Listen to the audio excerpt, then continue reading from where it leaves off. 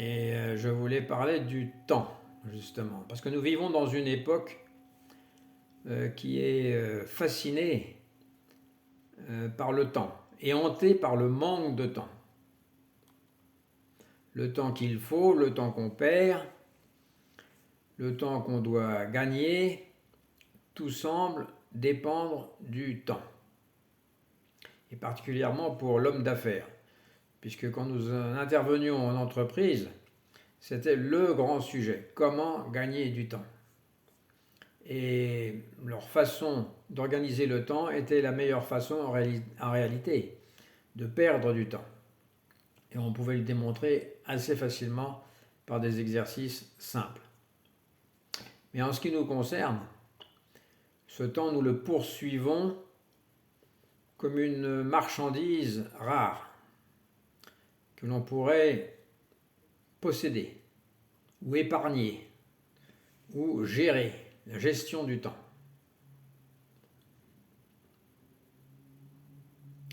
Et on parlait du chef d'entreprise, mais c'est aussi le cas pour la mère de famille et aussi le cas pour l'ado qui doit conjuguer ses études, le sport, les copains, les jeux vidéo, les jeux en ligne, les écrans, TikTok, etc.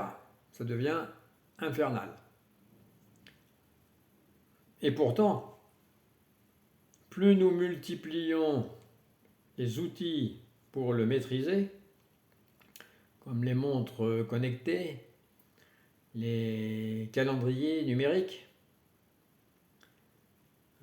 les applications d'organisation, eh bien plus le temps semble nous échapper. Nous sommes devenus des voyageurs pressés,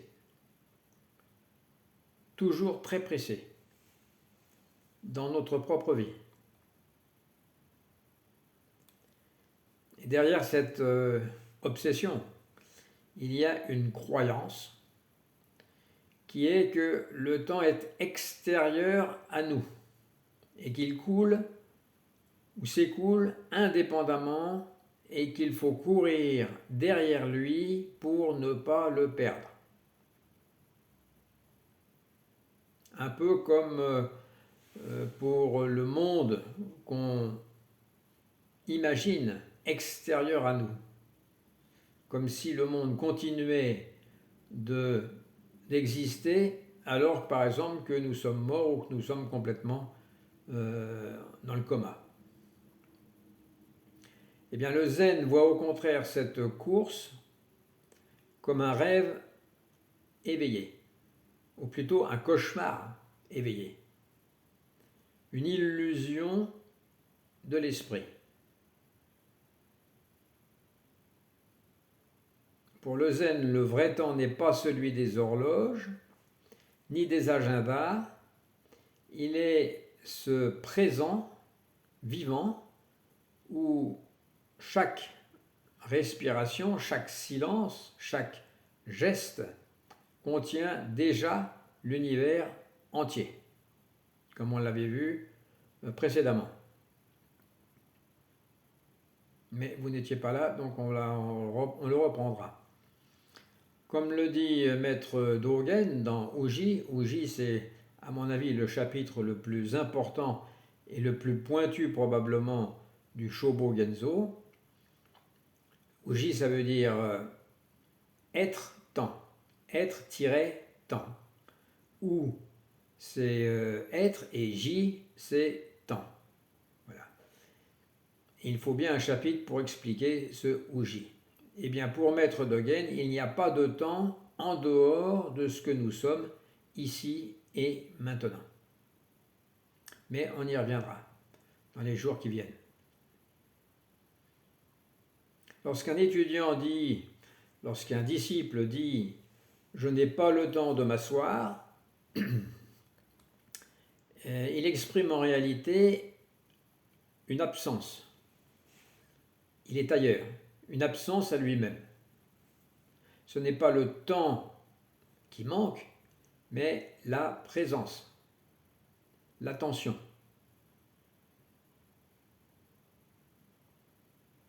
L'étudiant est ailleurs. Il vit dans le temps du mental. Un temps que l'on connaît bien, un temps divisé, utilitaire, où chaque instant n'existe qu'en fonction du suivant.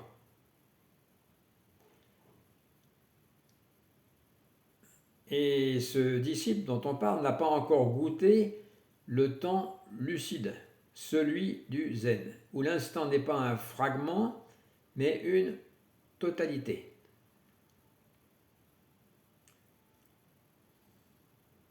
Le monde moderne, saturé d'urgence et de distraction, nous détourne de ce centre. Il nous persuade que faire plus revient à vivre mieux. Mais vivre vite n'est pas vivre pleinement. Quand on vit vite, c'est tout le contraire de vivre pleinement. On ne remarque rien. On est ailleurs. Et Zazen est le geste ou la posture qui renverse cette logique. Pourquoi ? Parce que c'est s'asseoir, par exemple, c'est s'asseoir sans but, sans attente, sans vouloir absolument comprendre. C'est comme si on se posait au centre d'un cyclone. Et alors on découvrirait qu'au milieu du tumulte des vents, tout est déjà paisible. Quand on est au milieu d'un cyclone, il n'y a pas de vent. Dans cette immobilité, à ce moment-là, le temps cesse d'être un ennemi.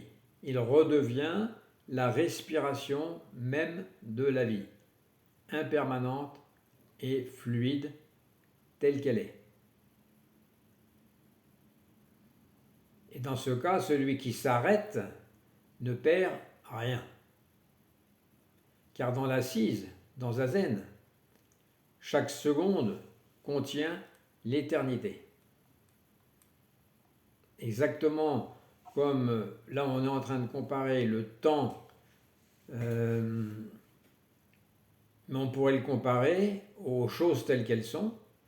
Et rappelons-nous que ce qu'on avait dit, c'est que chaque chose que nous rencontrons contient l'univers entier.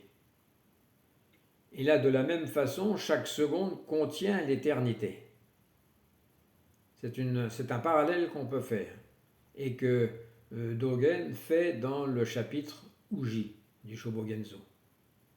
Ce qu'on avait dit pour les phénomènes se retrouve pour le temps.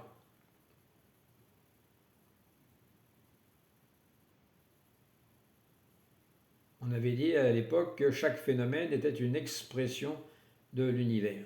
Si je prends une tasse, c'est l'expression de l'univers. Pourquoi ? Parce que dans la tasse, il y a de l'argile au départ. Cette argile exprime un endroit dans le monde, une terre. Ensuite, il y a le potier. Il y a la femme qui a préparé son dîner au potier. Il y a la famille de la femme, etc., etc. Et on ne trouve pas de limite à la tasse. C'est l'expression de l'univers. On l'isole mentalement, mais en réalité, cette tasse contient tout l'univers.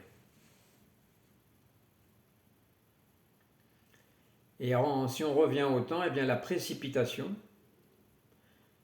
qui est généralement notre habitude, c'est la forme la plus subtile de l'ignorance. L'ignorance, on rappelle que ça a deux sens. Il y a le fait de ne pas savoir et il y a le fait de vouloir ignorer, de ne pas vouloir savoir, parce qu'on a peur. On a peur de comprendre. On a peur de ne pas exister. Maître Nansen disait, tu cherches la lune dans l'eau et tu ne vois pas que l'eau est la lune. De la même manière, celui qui cherche du temps à travers ses activités ne voit pas qu'il en est immergé. Il est le temps. Autrement dit, nous ressemblons à un poisson qui se plaint de ne pas trouver d'eau. Le temps n'est pas ailleurs. Il est dans la simple réalité d'être vivant, dans la respiration, dans ces respirations qui nous traversent. Et pourtant, nous sommes toujours à fuir le présent. Nous sommes persuadés qu'ailleurs, ou plus tard, se trouve la véritable vie, ou une meilleure vie. Et cette fuite perpétuelle nourrit l'illusion d'un temps qui pourrait être gagné. Nous repoussons la paix, la clarté, le silence à demain, plus tard. Mais demain n'existe pas. Quand on vit dans le temps de la montre, chaque instant n'est qu'un moyen pour atteindre l'instant suivant. Alors que dans le temps du zen, au contraire, chaque instant est complet, tel qu'il est, sans avant ni après. On n'a pas à être précipité. Ce n'est pas une succession de moments, mais une présence continue et immobile.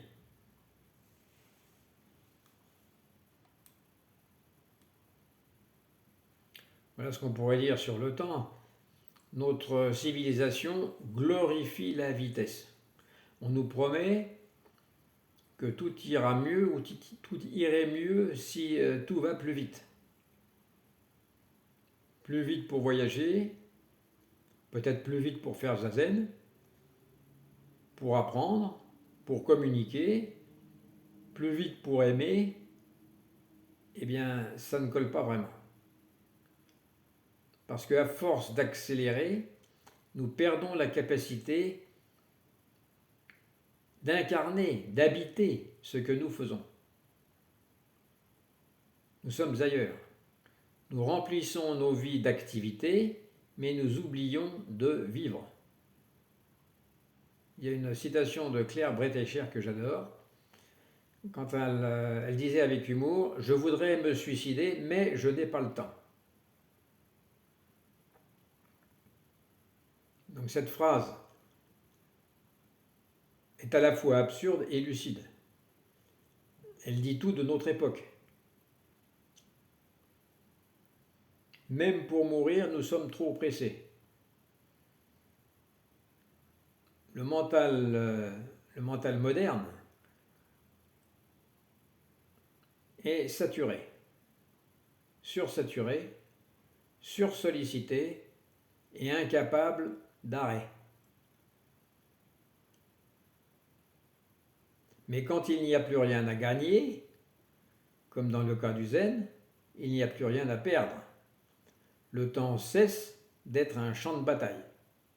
Il devient une danse. Et zazen est cet espace où tout se dépose. S'asseoir sans rien faire, dans un monde obsédé par la performance, c'est retrouver le rythme naturel de la vie. Celui par exemple de la pluie qui tombe, de la terre qui absorbe, du vent qui passe sans effort, du chant de l'oiseau, etc.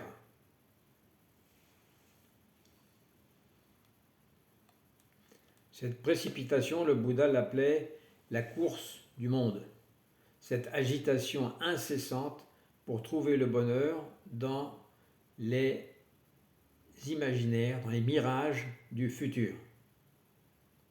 mais jamais du présent. Mais dans chaque pas de cette course, il y a un éloignement de la source. S'arrêter, c'est revenir à la source, ici et maintenant. Quand on s'assoit en zazen, on ne fait pas une pause dans la vie, on revient à la vie. Je répète, on ne fait pas une pause dans la vie pendant 1 heure ou une demi-heure, on revient à la vie. Tout le reste, kusen, enseignement, lecture, ne sont que des reflets de ce moment unique. Écouter sans pratiquer, c'est comme lire des menus ou des recettes sans jamais goûter le repas. On pourra peut-être tout savoir sur le goût, sauf qu'on ne connaîtra pas le goût. Ce que nous appelons temps gagné est en réalité du temps volé à la présence. Nous gagnons des secondes, mais nous perdons des vies entières. Les gens ont l'impression d'avoir vécu, mais ils s'aperçoivent au soir de leur vie qu'ils n'ont jamais vécu. Le vrai miracle n'est pas de faire 10 choses à la fois, mais d'en faire une seule totalement, complètement. Comme la vraie Genmai. Être là simplement sans rien chercher à ajouter. Et dans cet arrêt, on ne gagne rien. On ne perd rien. On retrouve la mesure silencieuse du temps vivant. Celui du cœur, pas celui de l'intellect. Celui du silence éveillé.